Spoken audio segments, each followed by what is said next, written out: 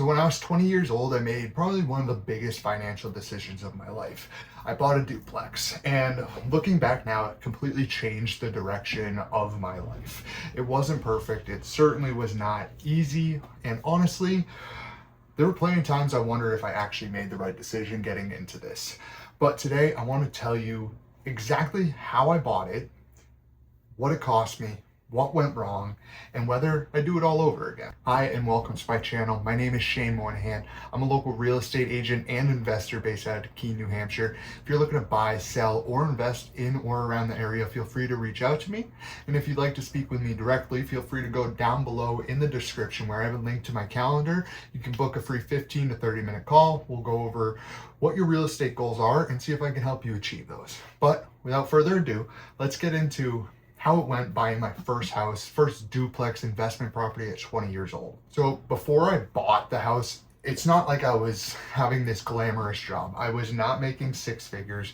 I wasn't born into real estate. Like, my parents owned a few houses. One burnt down when I was a kid. That was really my biggest memory of it. And then we did rent for a while, and I didn't help my parents in the home search. I was like 13, but I was looking on Zillow every day. So that felt like I was helping them. And I wasn't like handed any money. After high school, I didn't go to college. I went and got a regular job, worked there for a couple of years, got fired, moved me out to Keene some way, somehow, got a job here. And that's kind of what led me into real estate.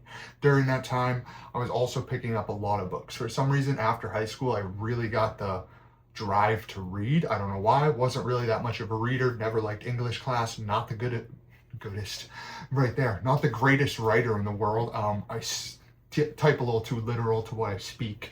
So anyways, eventually I was reading a bunch of books. What had me really intrigued was money, finance, cycles, like the way the world works, all the things like that. And reading one book led to another, and it ended up talking about basically house hacking, this concept of buying a multifamily as your primary residence and living in one unit while renting out the remainder units, and essentially having that pay for your mortgage, or at least part of your mortgage. And before hearing that, you always feel like you have to be rich to invest in real estate, but that's not the case, because with this type of thing, you can use an FHA or a very low down payment conventional loan to get into it. So that completely changed my perspective on buying real estate. So even during my real estate search, it didn't start looking at duplexes. I was looking at single family homes. That's what I wanted. That's kind of what I was set on. Again, wasn't working a glamorous job. I was making like 15 bucks an hour, 16 bucks an hour at the best. So wasn't making a ton of money, but I was really good at saving, and I just literally lived off of like 200 bucks at most per week, and just put 500 per week into savings when I lived with my parents, because I took advantage of that.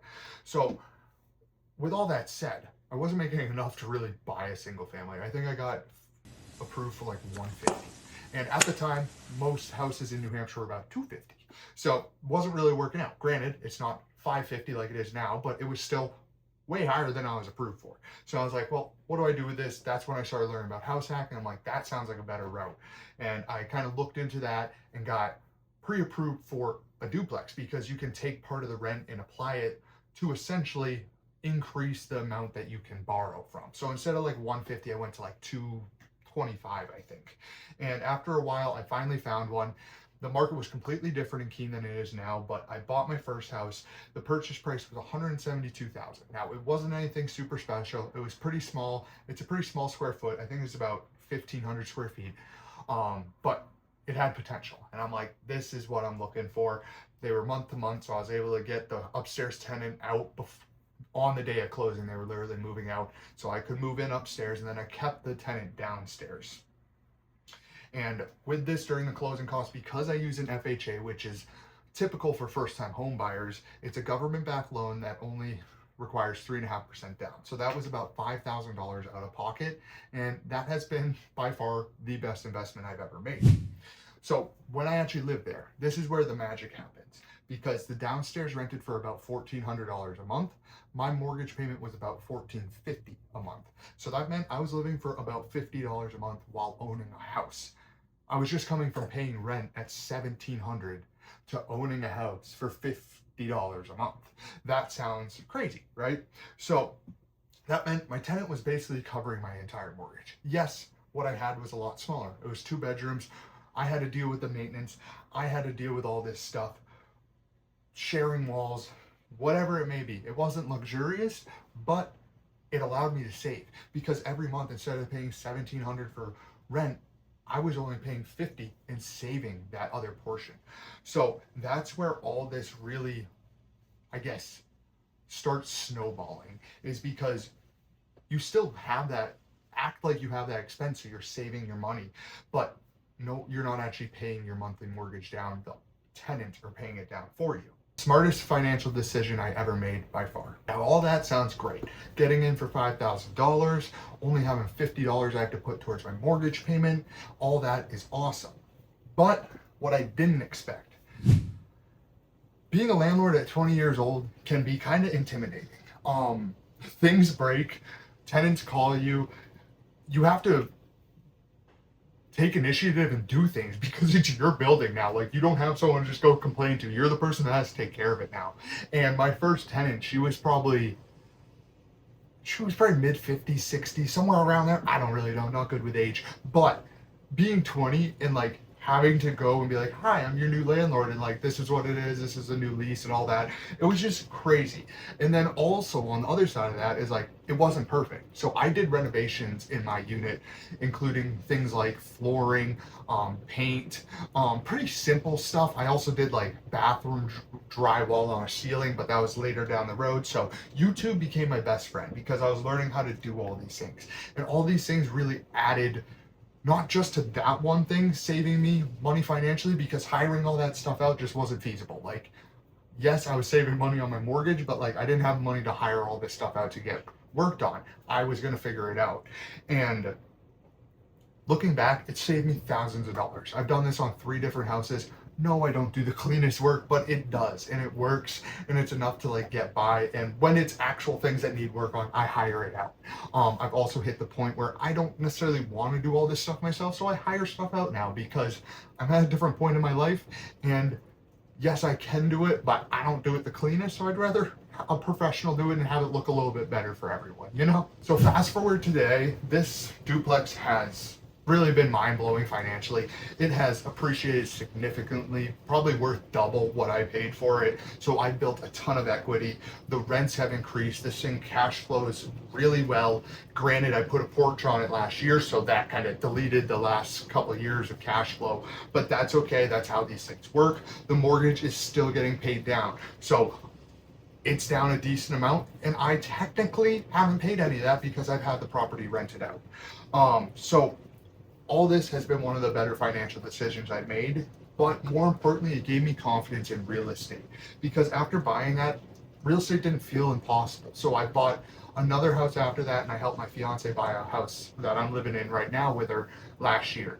So it's doable. And this is also what led me into becoming a real estate agent, because that freeing up that rent made my whole life different, because that meant I could go part-time at my other job that I didn't like and get into real estate sales. I was part-time for 2 years doing the whole transition, buying another rental property.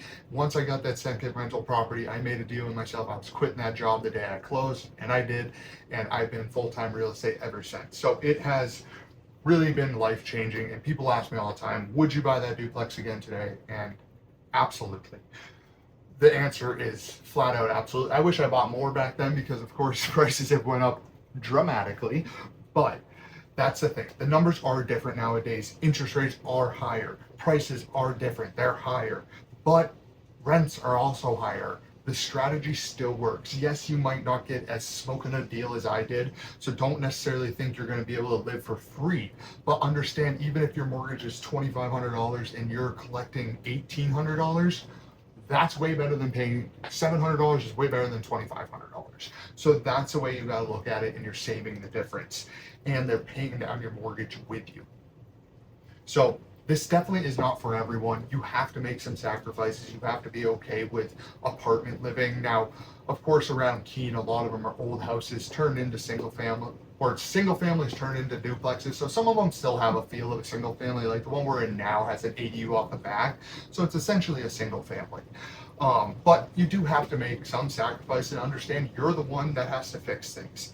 So Overall, buying a duplex was one of the best financial decisions. It did not make me rich overnight by any means. It didn't solve all my problems, but it gave me a head start that I'm incredibly grateful for. And if I could go back to 20 years old and give myself a piece of advice, it would just be, don't be afraid to start until everything's perfect. Like, it's not gonna be. Just get in there and you're gonna figure it out. So if you're thinking about buying your first house or even house hacking here in New Hampshire, feel free to reach out to me and I'd be happy to answer any of your questions. Or again, if you want to speak directly to me, go to the link down below in the description. There'll be a link to my calendar where you can book a free 15 to 30-minute call. We'll jump on, discuss your goals, see how I can help you achieve those. But without further ado, I'll catch you guys next